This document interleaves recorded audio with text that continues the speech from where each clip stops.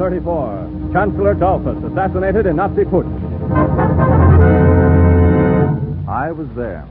Oklahoma Territory, 1893. United States Marshal brings law to the lawless West.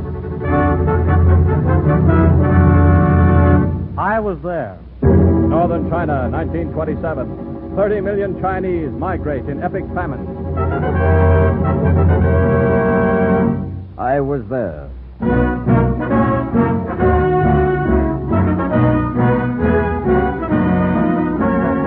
I was there. Again, the marketers of Mobil Gas, America's favorite gasoline, and Mobil Oil, the largest selling motor oil in the world, present eyewitness stories of headline events. And here to introduce our guest is the noted news reporter, your host, Knox Manning.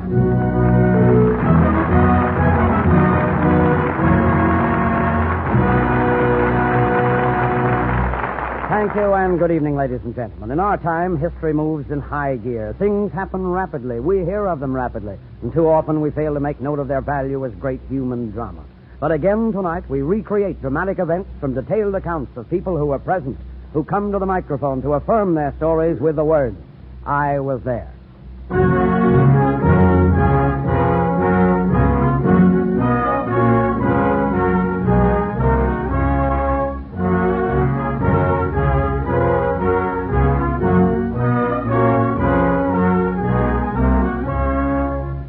Exactly 53 minutes past noon, July 25th, 1934. The office of Chancellor Engelbert Dollfuss of Austria. Dr. Dollfuss. Yes, Head Richard? You must escape quickly, Doctor. Out the secret entrance. Escape? Police have overpowered the guard, are taking over the building. Hurry, as you value your life. Pooch.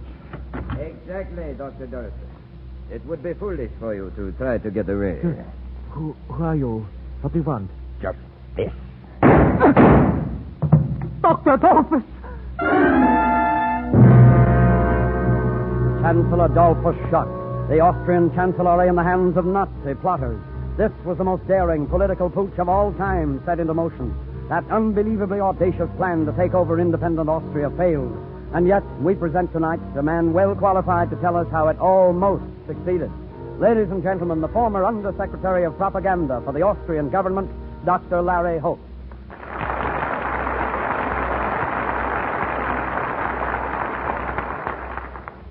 Thank you. Yes, that Nazi putsch of 1934 very nearly succeeded. It had its beginning with the corruption of men in key positions, and it struck with the suddenness of lightning. At a little after 1 on that quiet afternoon, I was at the Café Louvre, having lunch with my good friend Geddy, correspondent for the London paper. I say, Larry, coming out of that telephone booth. Isn't that John Gunther? So it is. John Gunther. Oh, what in the devil are you doing here? Why, I'm having lunch. Lunch? Good Lord, man. Haven't you heard that there's trouble at the Chancellery? Trouble? Oh, come now, Gunther. That's a pretty poor joke. Joke? All right, I haven't got time to argue. I'll see you at the Chancellery. Well, what do you make of it? Why, it's ridiculous. I came past the Chancellery only a few minutes ago, and... Oh, what's the matter? I just remembered. The usual guards at the Chancellery gates. They weren't there. Come on, Geddy. We're going to find out about this.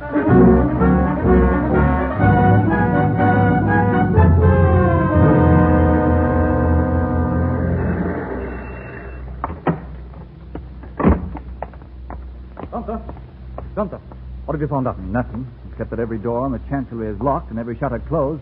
No one can get in or out. Oh, it's fantastic. Come on, around to the basement windows on the side. I'll see if I can raise anyone. If I were in your position, Holt, I'd call the president of police. I already have. He said I'd been reading too many mystery stories. It's insane. The principal government building held by unknown persons, and no one will even pay any attention. Down here. You better stand back while I knock on the shutters. Open up! Open up! This is Holt of the Propaganda Ministry. Open up! What's going on in there? Yesterday, Dr. Dollfuss says he's safe. A new government has been formed. Now get away from this window or I fire. Larry, get back. Scared, whoever they are, they mean business. There's only one group in Austria who would do this. The Nazis. Yes, the Nazis. And they'd never be fools enough to grab the Chancellery this way unless they expected outside support. You can bet they do expect outside support. And every minute they're in there gives it more time to gather strength. Exactly. Take my word for it. Unless somebody does something about this soon, all Austria will be in their hands.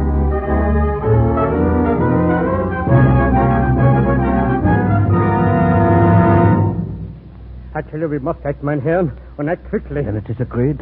Until Herr Dolphus and Vice Chancellor Fey are freed, Kurt Schussnick heads the government. I'll answer. Hello. Herr von Schussnick, this is Holt. I have important news. Yeah, we've already heard, Herr Holt. We are forming a new government now to combat the rebels. But there's more. Yeah? We just found out Herr Dolphus has been shot. Dolphus shot! They let Vice Chancellor Fey out to the balcony of the Chancellery at the point of a gun. Yeah? We learned then what had happened. Something must be done. Something will be done. We send Dr. Neustädter with Heimwehr troops immediately. But if the Nazis refuse to surrender, if they're able to hold out until support is organized... In that case, may God help Austria.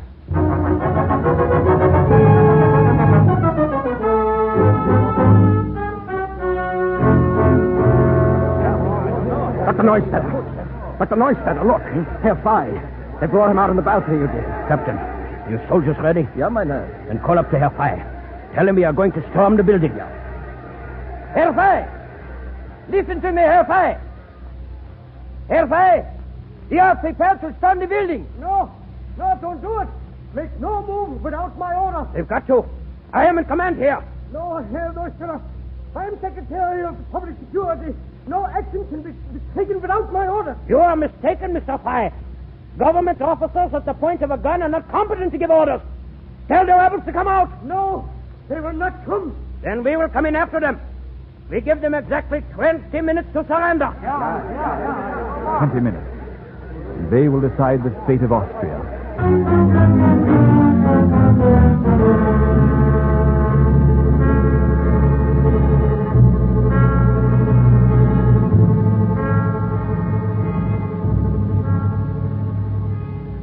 $5:45. They've got to come out. They've got to.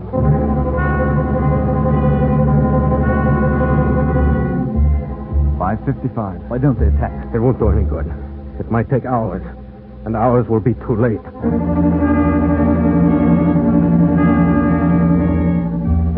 6 o'clock. They haven't come out. They never will now. I'm afraid they never will. 6:04. No use. We may as well go file our story. Oh, look.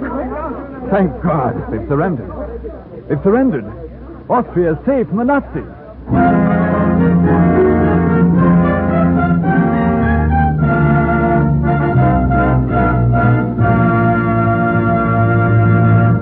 Yes, Mr. Manning, the crisis was over. But when we rushed into the building, we found it was too late to save Chancellor Dolphus.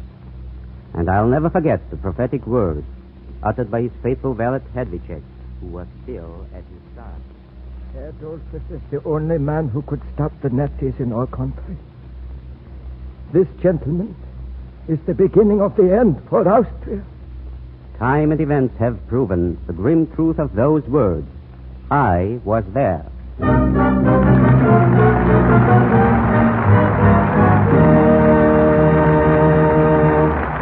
the hours of a dark morning, mobile gas dealers are sometimes called upon to render an unusual service for some customer. As an instance of this, surely Bob Preach, who operates a mobile gas station at 3rd and Jefferson Streets in Phoenix, can say, I was there.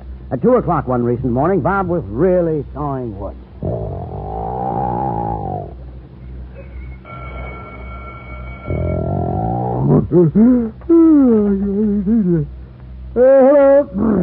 Hello. Hello. Is this you, Bob? Yeah, I reckon it is. Who's talking? This is Max Kerr of the Kerr Produce Company. Oh, sure. What can I do for you? I'm in a jam. Not in jail, eh? No, but I might as well be. I'm stuck out here at Yarnell Hill, about 75 miles out, with a broken wheelboat. I got a truck with $600 load of perishable stuff, and if I don't get it to market, I'm sunk. You are in a fix. Anybody near there that can help you? Not a soul. I've tried several places, but no dice. I thought of you because I know how willing you Oh, are. sure. You just climb back in that truck and take a snooze. I'll be along before you have your second nightmare.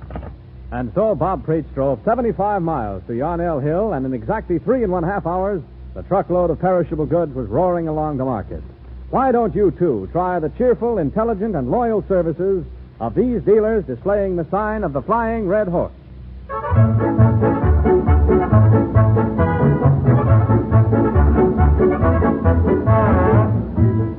Oklahoma Territory, 1893. All right, Jake. It's your move. Yep. I'm going to jump you. This him. There. Yeah. Old Checker Slicker. Let me see. Hold up! Duck for cover! Hold up! Well, I could move here. But on the other hand... looks like they're holding up the bank across the street again. Yeah, sure they be. Crown that man in the King's Row, will you? All right. Don't get excited.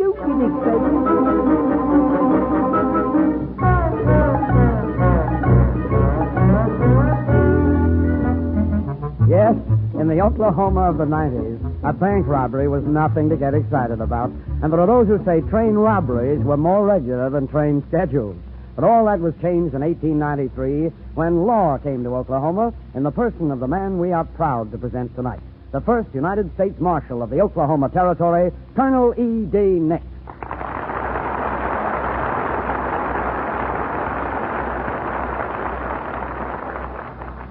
Thank you, Mr. Manning.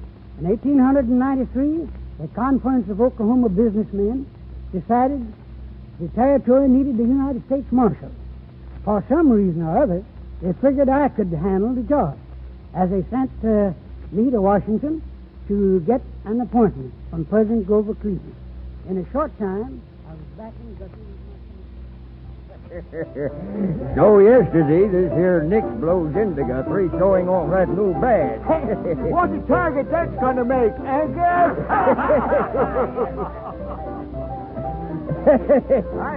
This fella's a regular tool. Is that a fact? Yeah, it sure is, stranger. Why, first thing he orders that from now on it's against the law to tote guns in town. Against the law to tote guns? My. Well, that fellow must be crazy, wouldn't you say? Crazy as a low-coat cow. Yeah. Just look at that sign there behind the bar. He stuck 'em up all over town. Firearms prohibited. Watch me get the O out of pro. Yeah, that's right. Good shooting there, friend. Let me take a look at that gun, will you? Why, sure. Uh-huh.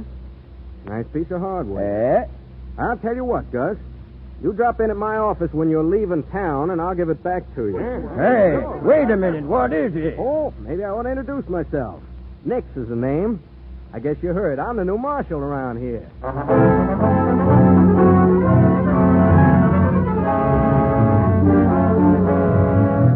Say, things is really happening in this town. Here where Nix's deputies got old Willie McCoy. No. Yep. Day before yesterday's the Reuben boys. You can take it from me, E.D. Nix has brought law and order to Oklahoma. Yes, sir, law and order. Law and order. Well, Captain Redford, you don't understand this Nix. He ain't like most sheriffs. He's tricky. Well, he just don't play fair. Yeah. The trouble is you're all scared of him, the whole lot of you. Oh, no. Okay, we deal the cards. Our man gets him, and gets him good. And I'm dealing. Yeah, but... Shut up and watch your cards. Okay. You, Joe. 7 of hearts. Connors? Deuce of heart. Richard? Why should I bother? I got the ace of spades on the bottom of the deck, and I'm dealing it to myself.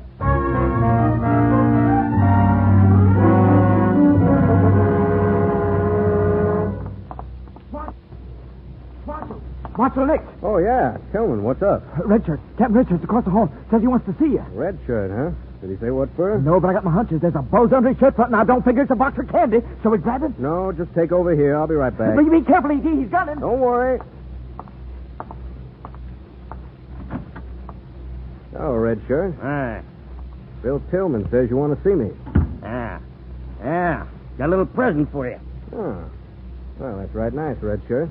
What is it? It's this, Nix, and you better start saying your prayers. I'm getting you good this time. Red shirt. I'm surprised at you. Don't you know it's against the law to shoot Marshal, are you all right? I'm all right, Bill. But I figure Red shirt will need a little patching up. Oh. Well, you better wake him up and run him out of town. Come on, Redshirt. Wake up. Oh, I shouldn't have done it. Pa told me I'd get in trouble if I ever did anything like that. You'll always get in trouble pulling a gun on an officer of the law. No, it ain't that. It was dealing that ace off the bottom of the deck to myself. I guess it don't pay, to be honest.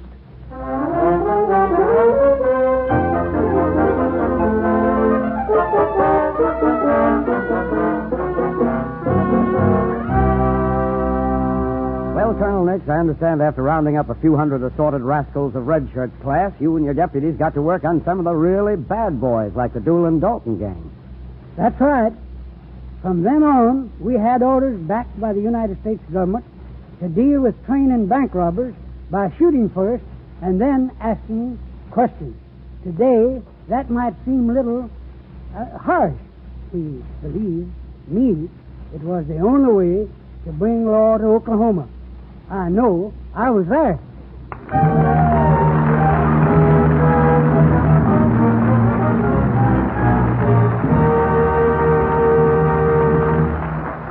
Hey, Bill, if you were taking your best girl out driving in a horse and buggy... What would I be doing with a horse and buggy? Oh, that's a long time ago. And suppose you saw a sign with the word farrier on it. Now, what would you do? I'd drive right on by. I mean, what would the word suggest to you? What reason would you have for stopping at that sign? Would it be a new kind of hamburger? Oh, no. Farrier.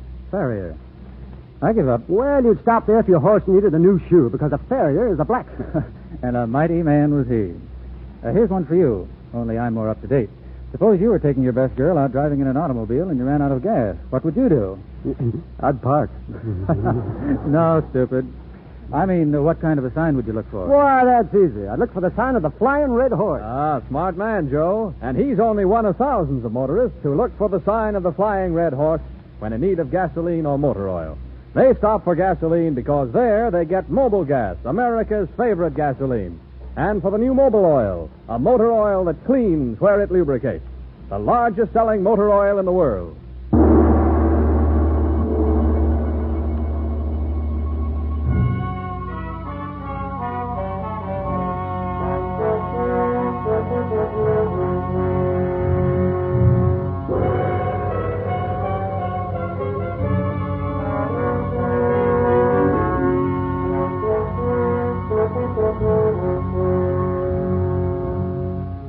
How many seasons had passed since rain last fell on the little village by the Great Wall? There were few who could say. It was important only that before the drought, torrential rains had gullied the fields and washed the seed away, and that now lack of rain had caked the ground hard and turned the roads into ankle-deep rivers of dust. No one but the village idiot tried to till his land.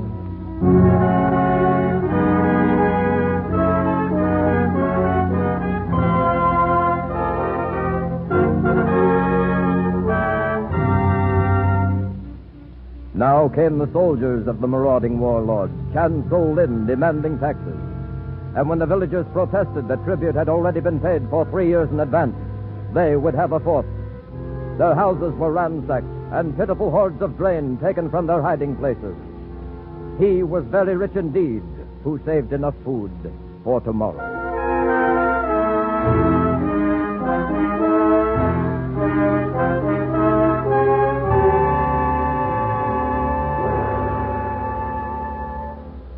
But then there was word of a great new land open to the people of North China.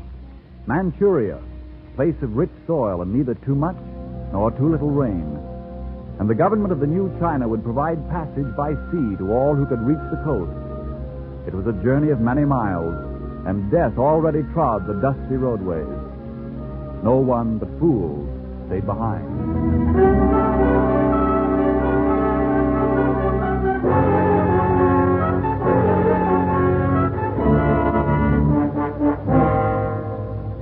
North China, 1927. To the south, the rising Republican government, strong in its new freedom, had solved many of China's ancient problems. But in the north, millions, not yet touched by the tide of progress, lived as they had through the centuries. And in 1927, one of the most disastrous famines of modern times struck at North China and took an estimated toll of 4.5 million of lives. And tonight, a man who was there, who lived and journeyed with migrating hordes fleeing to Manchuria, is here to tell us of his experiences. Ladies and gentlemen, Mr. William Wolfe.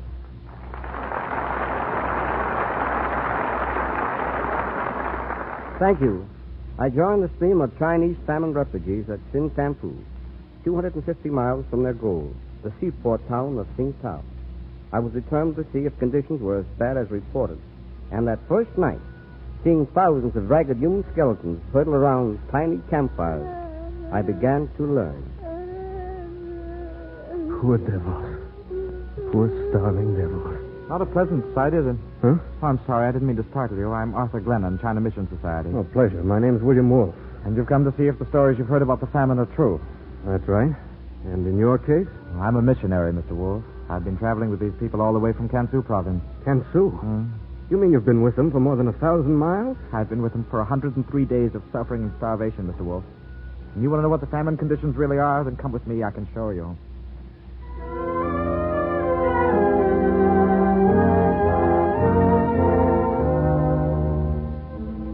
Wretched, ragged bundles of humanity, these children, they all had parents when the migration began. Now I'm their only guardian. Oh, nothing but bones. And the older one, the way he stares. Starvation sometimes affects the mind before it destroys the body, Mr. Wolfe.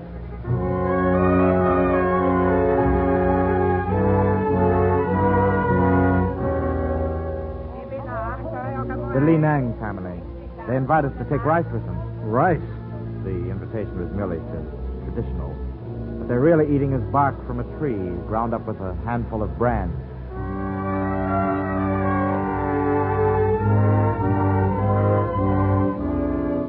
The man in the silk robes. He looks as if he had plenty of money. He has. His business is booming. Business? He buys and sells human beings. Rather than see them starve, parents often sell their children for a few silver dollars.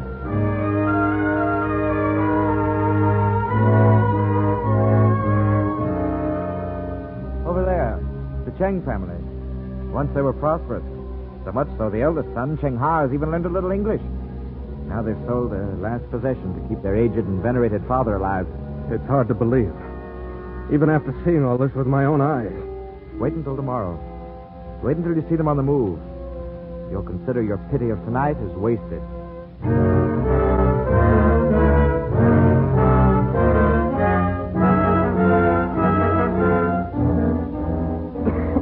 This dust. How do they stand it? The pain of their hunger is worse. Look, another one's fallen by the roadside. Is there something we can do? No. He's too far gone. Dr. Glennon. Huh? Dr. Glennon. Yes, Cheng Ha? Oh, come help, please. Great aged man sick. Father, come on, Wolf. Where is he, Cheng Ha? Here, by road. Wolf and Glennon. Dai su lai lo su li. Coi there. Baba, bin de chong li hai. Oh, thank you, Da. Have a look at him. Is that fever, Dr. Glennon? I don't think so. What's he been eating? Come this out. I'll be under something. What does he say? Dried up weeds is all they had. Have you any water left in your canteen? Yes, a little. Here. Give him this water to drink, Cheng Ha. I shan't you, Baba. I've heard there's a Red Cross station a few li ahead. If you can get him there, he'll be all right. But he'll have to be carried. I carry Wai Suli. But she walk now. Oh, ninyo an so tao. Niko yipetso, Papa. Good, Suli. The only way. Suli says she'll gladly walk so the old man may be carried. You see, it's still 2 weeks yet before her baby will be born. Good Lord.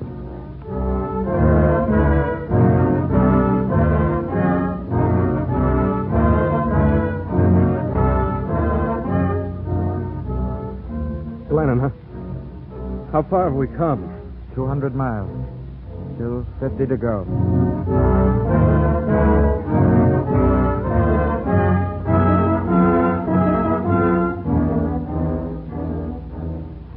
Weak. I am getting so weak. Slowly, my wife. Yet, little way. Father, my husband. When I think of the miles of our friends who have been left by the road, rags and bones, rotten in the sun. Do not think of yesterdays. Think only of the tomorrows into which our son will be born.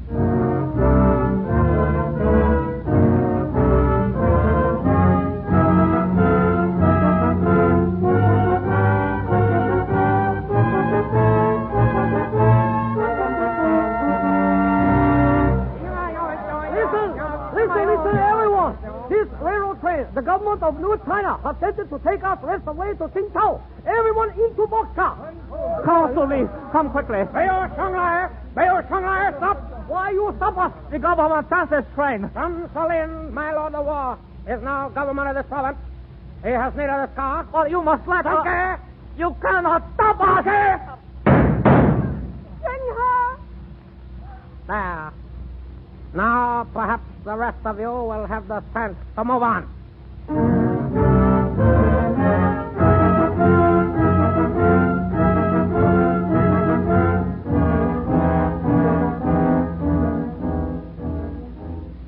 Glennon, look by the roadside. Sue Lee alone. Come on. Sully, it's Dr. Glennon. Is Emma Young alive? Are you all right? Me? She's well. Ask her. Ask her about Cheng Hai and the father. Cheng Ha Sully and Cheng where? Young Fuke, stopping shudder. Baba, yes, the child who found. They're both dead. Cheng Ha shot by Chancellor Lin's soldiers. The father, starvation. Oh. Fang Shua, Conchiadilla, Wahaisa, Kuyala. Yes, Sully, yes. What did she say? She says, we must not think of yesterday. There is tomorrow. And tomorrow her child will be born.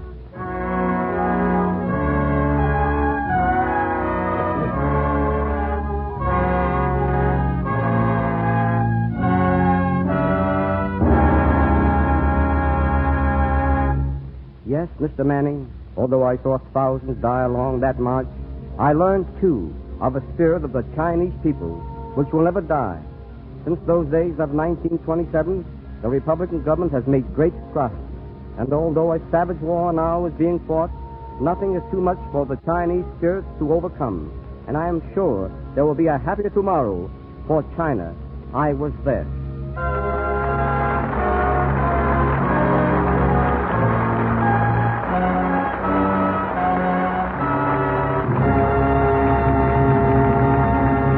Marketers of Mobil Gas, America's favorite gasoline, and Mobil Oil, the largest selling motor oil in the world, have presented recreations of notable events.